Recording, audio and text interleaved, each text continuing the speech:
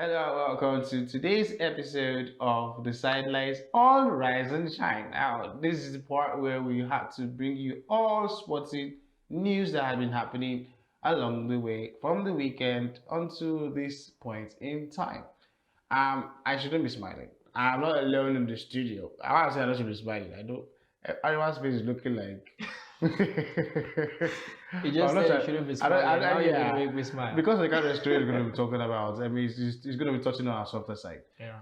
But all right. I mean, we know lots of sporting activities happened over the week, but the biggest news that shocked everybody was the news we received early this morning about the demise of Papa Bouhaddi of the Senegal midfielder who passed on. Now, many of us didn't even know he'd been suffering so much, so Yeah, long yeah. from cancer. I mean, it was shocking. He died at the young age of 42. I mean, and for those who do not remember Pepe Diop, I mean, those of you who watched the 2002 Korea Japan World Cup, you would not forget this goal. These are the goals that Against the basically defending champions. basically opened up the World Cup and relegated defending champions France. Yes. From that, because France went on to lose other games in that group. I mean, they went on a streak because after this opening win, they went on to as far as the round of 16. Senegal pulled off a lot thanks to him. I mean, the shock demise of Diop was so. I mean, how? What, I mean, did you watch him play at all? Yeah, I did watch him play. I actually watched that particular That when you're game, talking right? about that particular Yeah. game. And personally, I think that was one of the games who basically cemented his history Yeah. in the Senegalese Team, federation. yeah. That was a very important goal that he scored there. But it was shocking news, like many of the shocking news that we've heard this year so far.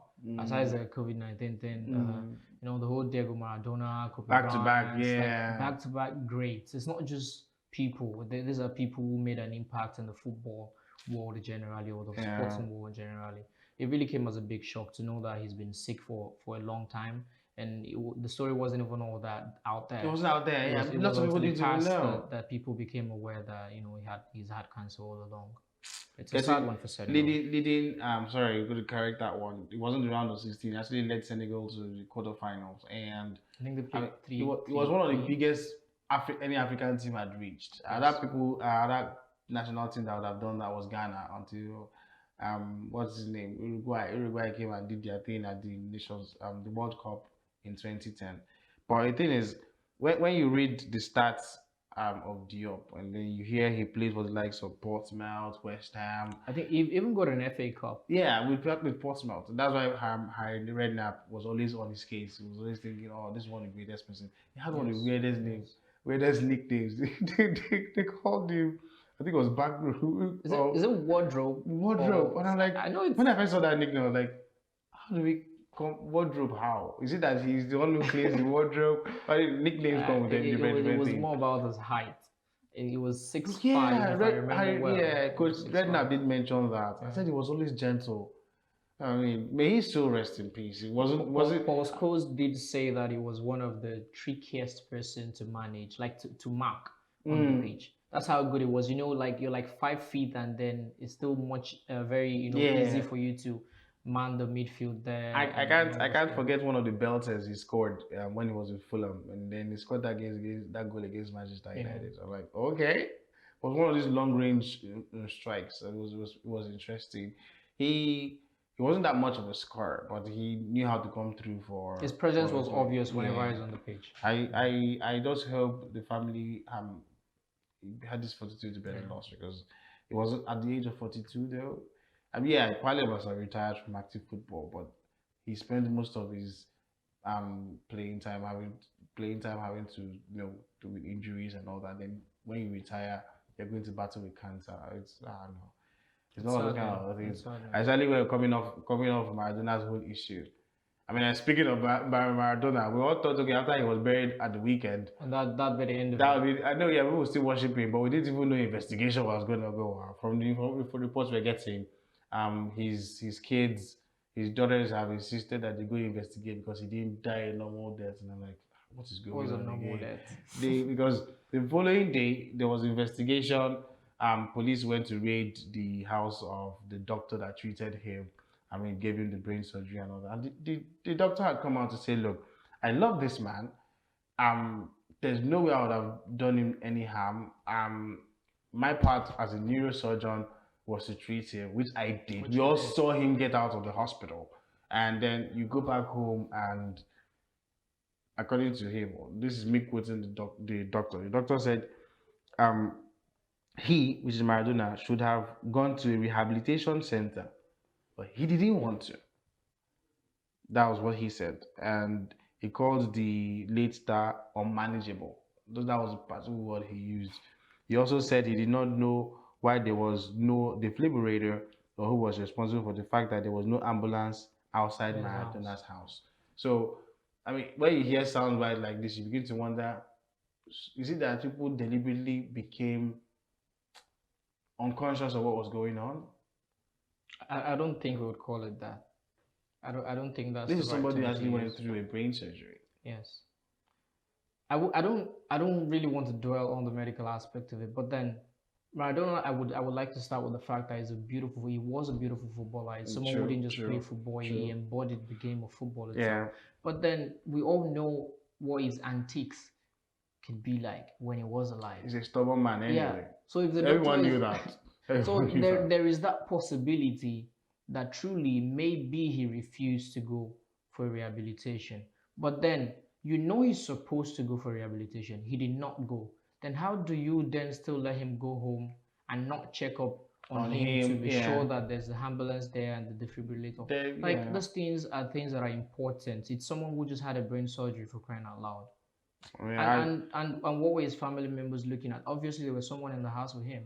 How didn't they know that these things are some of the important things that should have been put in place? So before sharing blames, it should go around.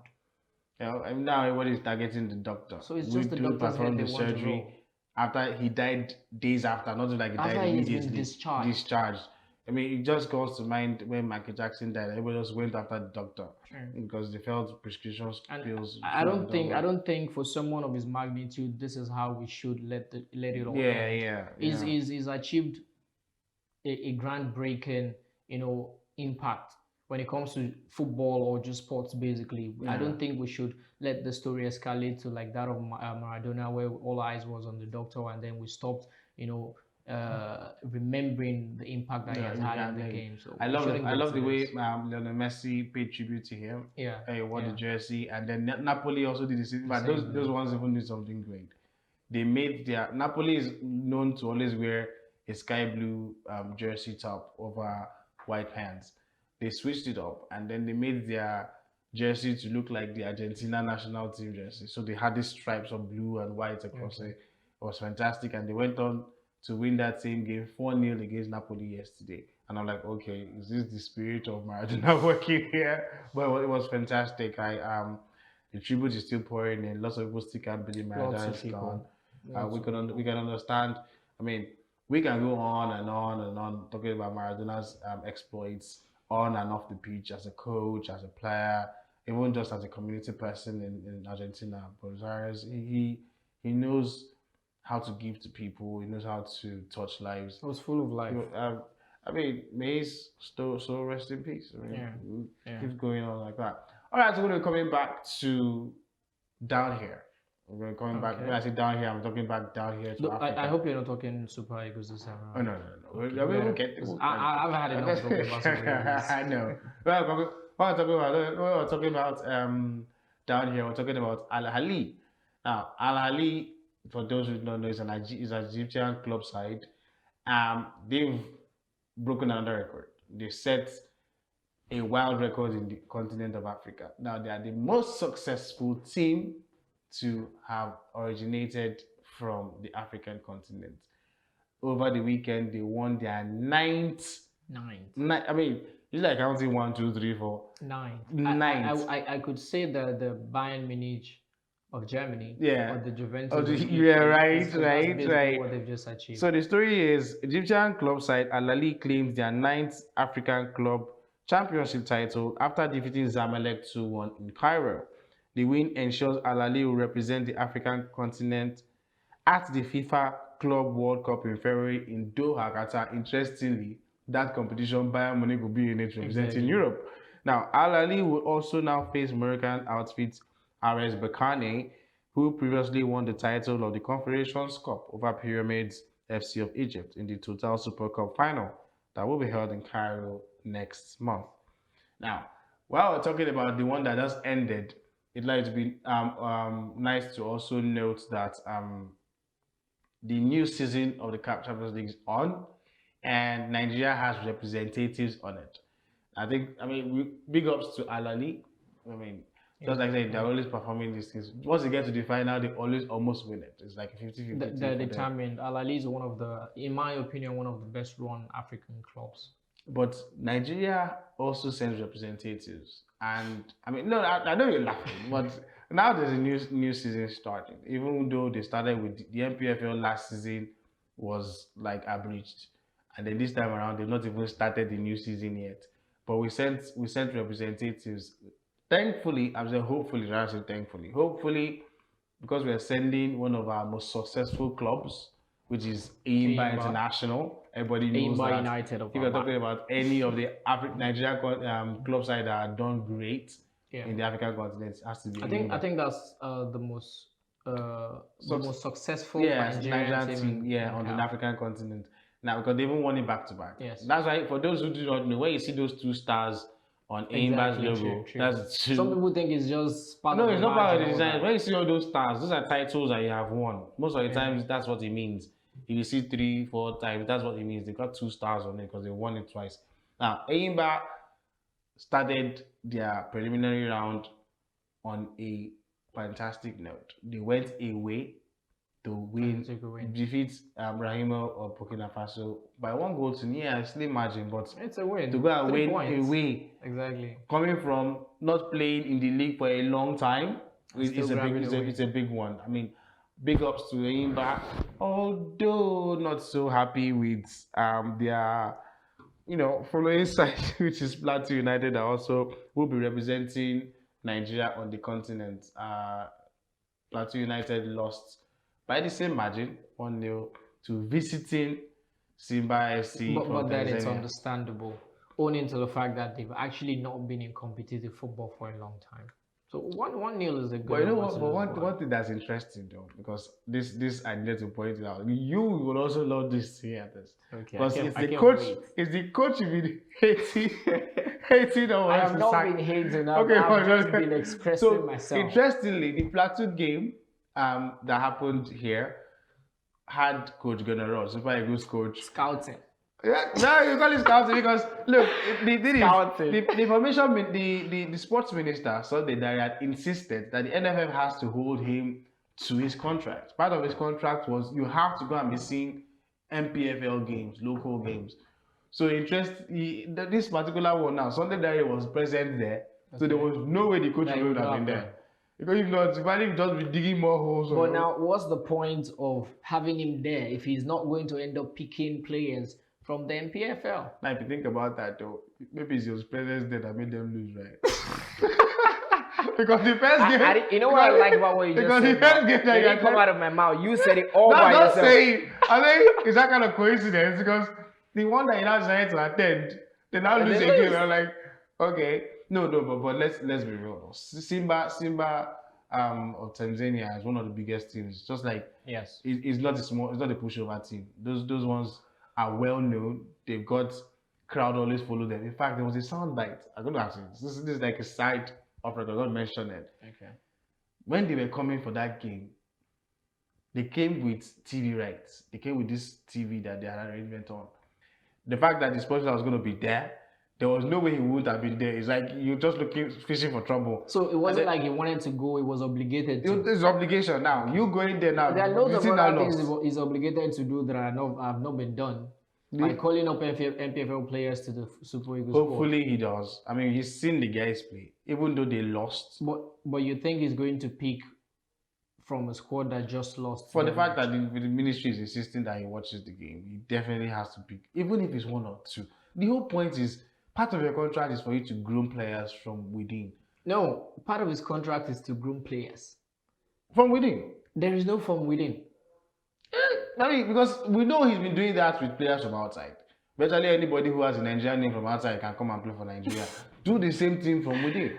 We need people to be able to say, okay, this is a homegrown talent. The likes of Ahmed Musa, the likes of Ian Acho, all of them started from here. Chukwueze, they all started from here. So somebody discovered them and brought them to the national team. Then you now came in as a foreign coach and are going to get, nothing is wrong from getting guys from outside, but have a mix. There's a reason why it's called a Nigerian team. Everybody should have a shot at it. Don't say, okay, yeah, because their standard over there is better, you would overlook the guys from out here. And then still talking Platinum and another TV rights thing though. Perhaps we're looking at it from the angle of this, we still with this archaic mentality of let's not show the game so that they will not see our lapses. But these people coming but have a following already. They wanted to watch. I don't believe it has anything to do with that. You understand normally that before the whole pandemic thing started, not every match, some of the MPFL matches were being broadcasted in Nigeria normally. It is possible that they had an agreement already for exclusivity. So probably they cannot get it broadcasted by another media. That could be the case. Yeah, but then again, Simba always have these traveling fans with them. COVID-19 stopped that. So the alternative they had was to make this arrangement with the TV company to stream it to their fans. Now they say, let's do this, but we would even pay you for it. Now, if you're paying them, you might be breaching a contract that they could have with another outfit. I'm thinking about it. It's just like the same problem there. Who wants to sign a contract not to broadcast my matches? No, let's say for example, how do I put it? The Premier League now has a broadcast right, yeah. So you can't just come from nowhere and say I want to show these matches too, except if the contract they have already with the broadcast media is already expired. I understand. I mean, I'm just thinking that would have probably be the easy money. You couldn't even negotiate it. Easy money with lawsuits to come with. Okay, I mean, we're going to be leaving that and then diving straight to the English Premier League. Now, Arewa has, before we go into the results of the games, Arewa has an interesting update for us. We're going to tell you why that is important, but he has this important update that has to do with Wolverhampton striker Jimenez. Yeah. Now, for those who watched the game yesterday, it wasn't a nice sight to see.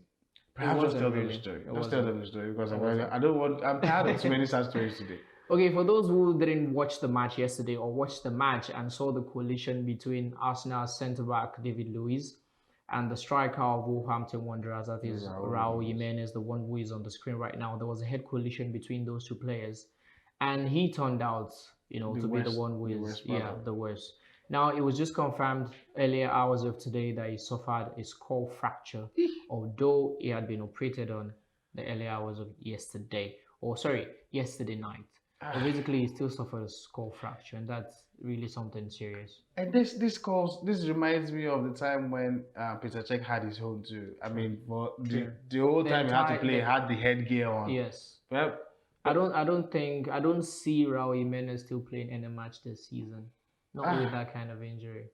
And then for the fact that maybe they did it for him because Wolverhampton Wanderers went on to win that game last night. Yeah. And it was like an Arsenal game that was supposed to be in the Emirates. Everybody just went. Like everything was worse yesterday. Yeah, they just lost concentration, and the fact that they let David Luiz, because I know you mentioned it while we were off.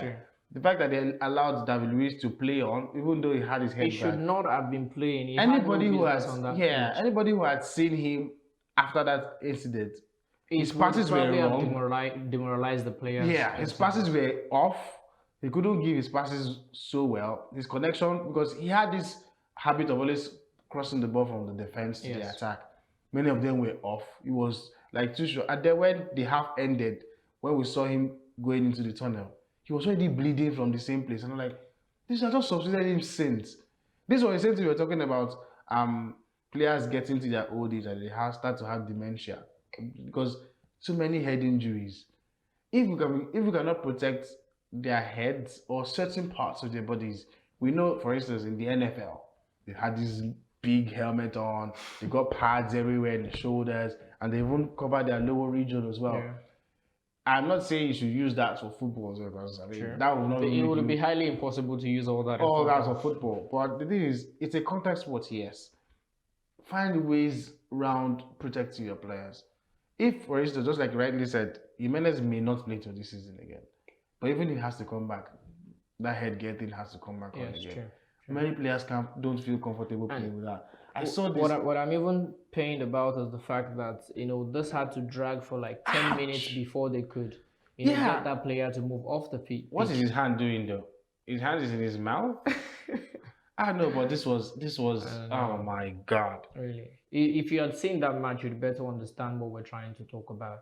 I think both of them should have left the pitch at the same time because David Luiz himself was obviously not in a good state. They should have taken both of them off that pitch. This is why some players don't like to head the ball. Yes.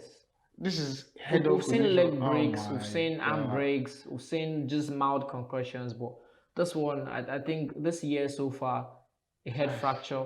I don't think I've seen anyone as serious as this. That kind of fracture. I don't want to even imagine it. It's really giving me goosebumps. Anyways, Arsenal lost the match. Don't make Arsenal fans console you though, but I know we have one in the They building don't have now. anything to complain about. Do you know why? I'm sure they saw this coming. This today, a year ago, was the same day Unai Emery was sacked for having been on the 80th position on the table. Now Arteta has just managed to take them further. But he gave them 2 trophies. He gave them 2 trophies. The FA Cup and the Community Shield.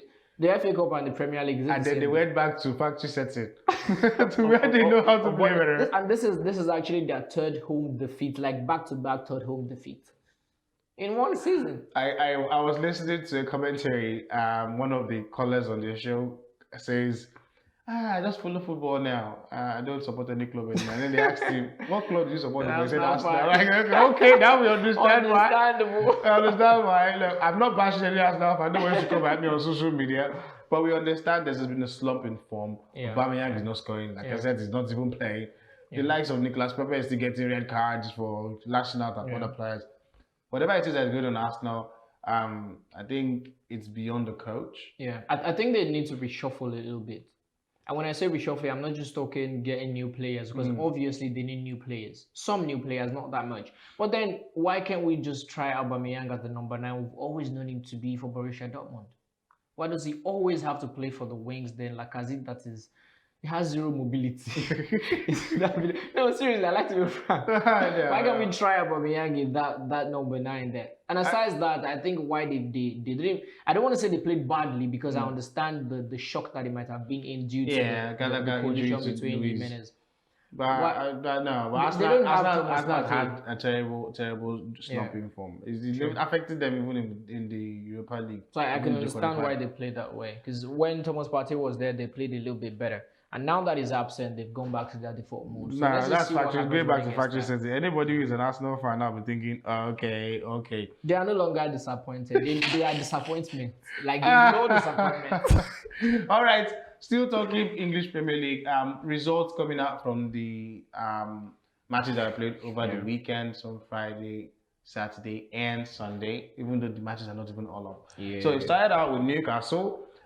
Getting a 2-0 away win at Crystal Palace, and then that was on Friday night. And then on Saturday, the biggest this one triggered the whole VAR should go. No one saw it coming. VAR should go. Now Brighton holding Liverpool to a 1-1 draw. I mean, Liverpool got a goal cancelled for offside. They said it was hairline. Only God knows how they define this. That was a hairline. And then Brighton getting 2 penalties, they missed one and then converted the second one, Moped. And moved on to Manchester City. I don't know, is this their own resurgence? Getting 5-0 against the Burnley side. I think in Manchester City, a Tottenham, a Manchester United, a Liverpool normally should be expected to load Burnley by 5 goals. It's Burnley though. They got one of the great it didn't surprise me. Defense in the EPL. But Man City though, Marius coming through with a hat trick. And another shocker, Leeds United going away to beat Everton. Oh my word! But that match was an even balance. Like it was end-to-end encounter. But I didn't expect the Leeds. I was expecting an Everton win or draw. Okay, for those who bet and those who play FPL, in my team, I made Calvin Lewin the vice captain in my FPL team, Okay. and the dude didn't come through for me. It's Though. it's not his I'm fault. angry. It's not his fault. I'm sure my young friends Ini and they will look Ini and we were looking at Ore, were looking at me now like, well, we told you so. I had them on the sidelines the last time, and then we still had West Brom and Sheffield. West Brom winning 1-0. Sheffield had lost back to back now by 1 goal to 0. And on Sunday, the big teams now came out. So Manchester United came from behind, from 2-0 down to defeat Southampton 3-2, away win. And the biggest match of Sunday, Chelsea Yeah, Tottenham. no, look, next time we will not call games that are like this.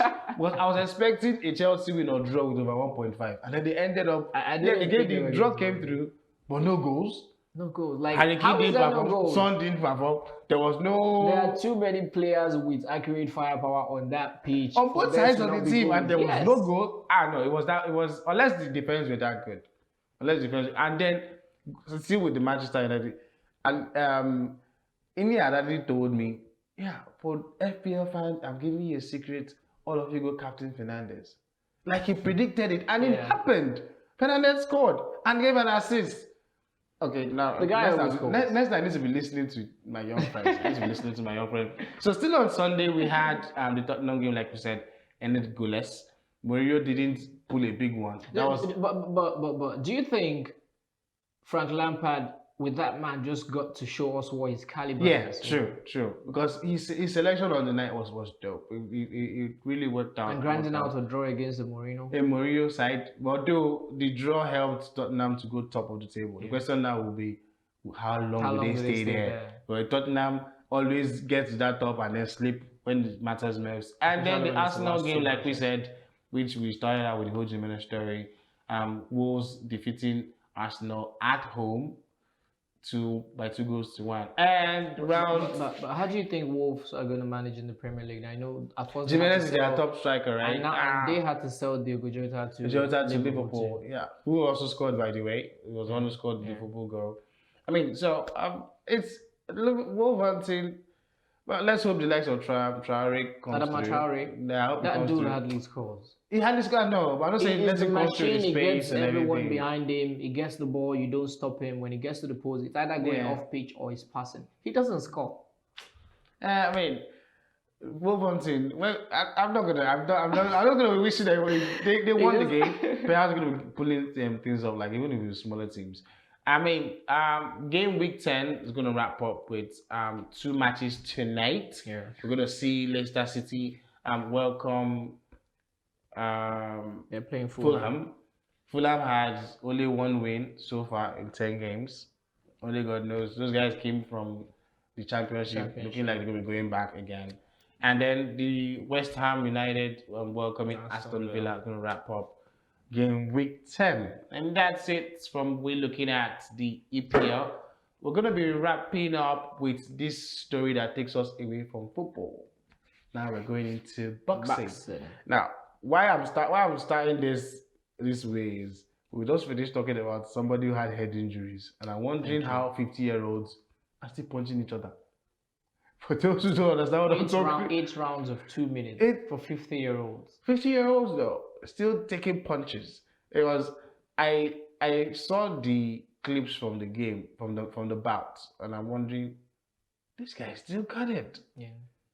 For those who don't understand what I'm talking about, Mike Tyson still went on for that exhibition match against Jones Jr.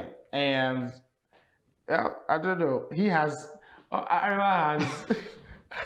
has a different opinion to this. The match ended in a draw. While there was no ringside judge to score the 8th-round contest, the World Boxing Council formed a set of judges that remotely scored the bout, who ruled no official winner, despite Tyson clearly winning most, if not all, 8 rounds. That says everything I want to say. No, just look at that. He definitely got more points. We knew that. And then, speaking after the sanctioned fight, Tyson said he would absolutely like to fight again, but shut down any idea of making a Returning to return professional to boxing. professional boxing.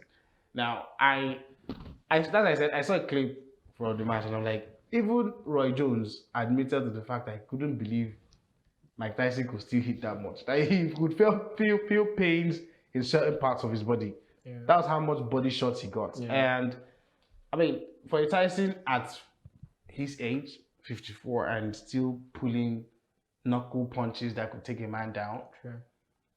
Ah, man. And the funny thing is, Jones said he's still feeling pains from some of the punches.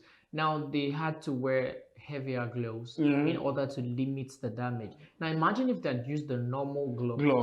No man would Maybe have we been would have knocked seen a out. knockout. But they at least told them not to go for a knockout. Yeah, But yeah, I mean, yeah. that means no uppercuts, no Yeah. sudden Just keep it jabs. simple. It was But- basically an exhibition. But it was a good fight. I mean, every money's for those who are thinking, the judges for the money. Every money that we're going to raise is going for charity. Yeah. And Tyson said he would love to do more of this. He wants to contribute to that. I mean, good one to wrap up. We can wrap up the year. Nice fight. We don't know where next Tyson is going to come out on. Hopefully we'll see him fight someone else, and then they Evander Holyfield. allow them knock each other out this time around. Evander Holyfield. I want to see that one. Let me see that you bite somebody's yeah. ear. No, don't bite I think it's somebody's way ear. past that this time. But don't collect no punches that will send you, to paralysis Cookies. at over 50, though. I mean, take care of yourselves. Now is not a good season Yeah, to go true. to the hospital, like I always insist. All right. I mean, that's our show on the sidelines on Rise and Shine. I mean, that's our package.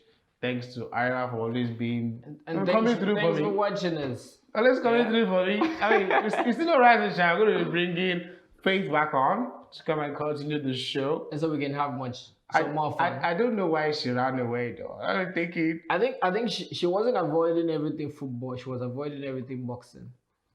Yeah. No, it's easy to mention a Maradona because you know where Maradona is. But then when it comes to boxing, you're like, who's Junior Jones? I remember her saying she doesn't like seeing people hit each other. Like, why would people pay for that? No, but it's just pictures. Yeah, she wasn't gonna see the whole thing. all right. That's a show on the sidelines on Rise and Shine. Stay with us after this commercial. We'll be back for more interesting gists. Don't go anywhere.